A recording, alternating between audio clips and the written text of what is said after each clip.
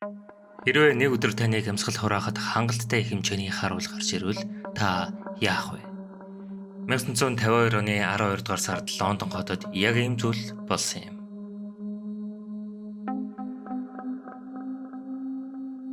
Тэнгэр тэрчгтээ бор хардуу өнгөтэй болж агаар уушгичин шатаж байгаа мэд мэдрэгдэж гүйхэн амьсгаа авах төдийд л ханиалахаас өөр зүйл та хийж чадахгүй. Энэ бол аимшиг киноны үзэгдэл биш бөгөөд энэ бол 1952 оны 12 дугаар сард түүхэнд хамгийн том агаарын бохирдлын гамшиг нэг болох Лондонгийн их утааны үеэр болсон бодит явдал юм. 1952 оны 12 дугаар сарын 5-наас 12 дугаар сарын 9-ний хүртэл бөглөт нь 5 өдрийн турш Лондон хот үхлийн аюултай маань бүрхэгдэж түүний хор уршихаар мянган хүн нас барсан юм. Дэлхийн 2 дугаар дайны сүрлийн дараа хотыг сэргээн босгож аж үйлдвэр эрчимтэй хөгжиж байв. Гэвч энэ хүсэлтийг дагаад сул талч бас бий болж байлаа.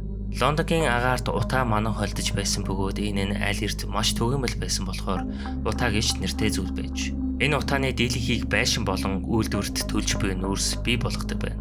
Тухайн үед нүүрс нь эрчим хүчний гол их үүсвэр байсан бөгөөд 1952 оны өвлийн хүдэн саруудад илүү олон хүн дулаан байлгахын тулд бүгд нүүрс төлдөг байв. Үүнээс зэрэгцээ үйлдвэрүүд бүрэн хүч чадлаараа ажиллаж агаарын бохирдлыг нэмэгдүүлсэн хэрэг. 1952 оны 12 дугаар сарын 5-нд Лондонгийн дээгүүрээ бохирдсон агаараар антициклон гэдэг нэртэй цаг агаарын үзэгдэл болжээ. Хүдэн агаар газар тойртож үнэх хэрэгтэй салхилахгүй болов бохир агаар арилгах ямар ч боломжгүй болсон байлаа.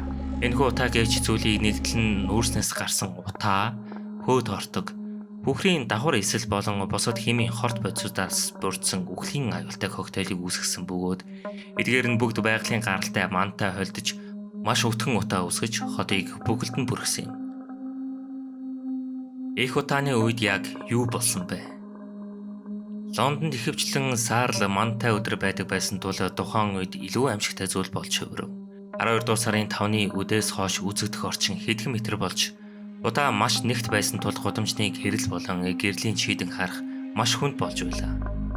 Лондон хотод тээвэр нислэгүүд зогсож, гал тэрэгнүүд саатаж, машинууд гудамжинд явж чадхааргүй боллоо хаягдж байлаа.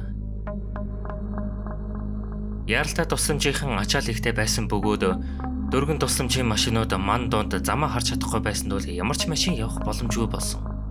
Гэхдээ жинхэнэ аюул нь үл үзэгдэгч байлаа. Утаа нь хөхрийн дагвар эсэл азотын эсэл нөрс төрөгчийн дутуу эсэл зэрэг хортой бохирдуулагчийг агуулдаг тул амьсгалах үед амьсгалын замын хүнд өвчнг үүсгэдэг байна. Олон мянган хүн өвдсөн тул эмнэлгүүд бүгд дүүрсэн. Хэд хоногийн дотор гэхэд л амиа алдагсдын тоо эрс нэмэгдэж ихсэн бөгөөд 5 өдрийн турш утааны улмаас 4000 хүн нас барсан гэсэн тооцоо байдагч. Хожим судалгаанаас үүсгэж бодит тоо 12000-д хүрсэн байж магадгүй байна. Хамгийн хүн дээр тусна өндөр настан, бага насны хүүхдүүд, эрүүл мэндийн өвд хөвчтэй хүүхдүүд байна.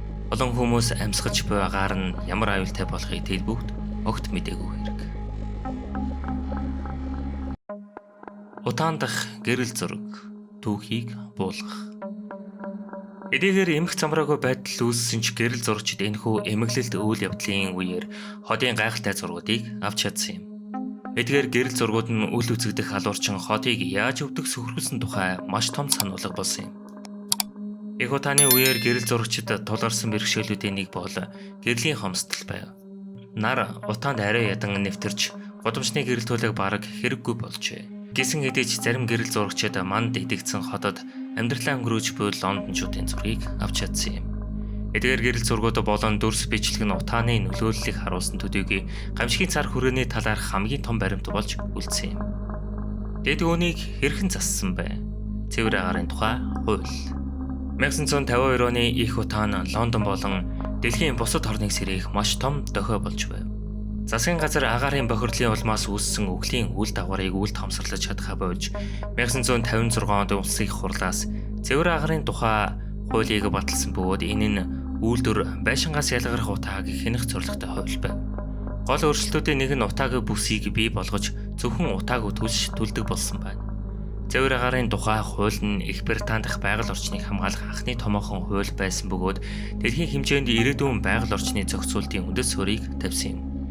Энэ нь цэвэр агаарын төлөөх урт удаан тэмцлийн эхлэлийг тавьсан хэрэг. Эх утааны төгсгөл, үр дагавар ба өв залгамжлал. Хортой агаарт 5 хоног тисэж чадсны эцэст 12 дугаар сарын 9-нд цаг агаар өөрчлөгдөж утаа ихсэж эхлэв. Гэвч тэр үед аль хэдийн хангалттай хохирол амссан байсан тул олон мянган хүний аймнаас хохирч тод хомшгүй олон хүн эрүүл мэндийн урт хугацааны асуудлаас болж хохирсон. Эх удаан эмгэлэлт үйл явдал байсан хэдий ч түүхэнд хамгийн чухал байгаль орчны шинжилгэд хүргэсэн. Цэвэр агаарын тухай хууль нь орчин үеийн агаарын чанарын зохицуултыг бий болгох замыг нээж өгсөн бөгөөд түүний ачаар Лондон хот нь одоо ч цэвэр агаартай байна. Одоогийн нөхцөл байдал. Өнөөдөр Лондон хотын агаарын чанар 1950-ад оны үеэс хамаагүй дээр болсон олон 10 жилийн байгаль орчны хууль тогтоомж болон олон нийтийн оролцоо юм.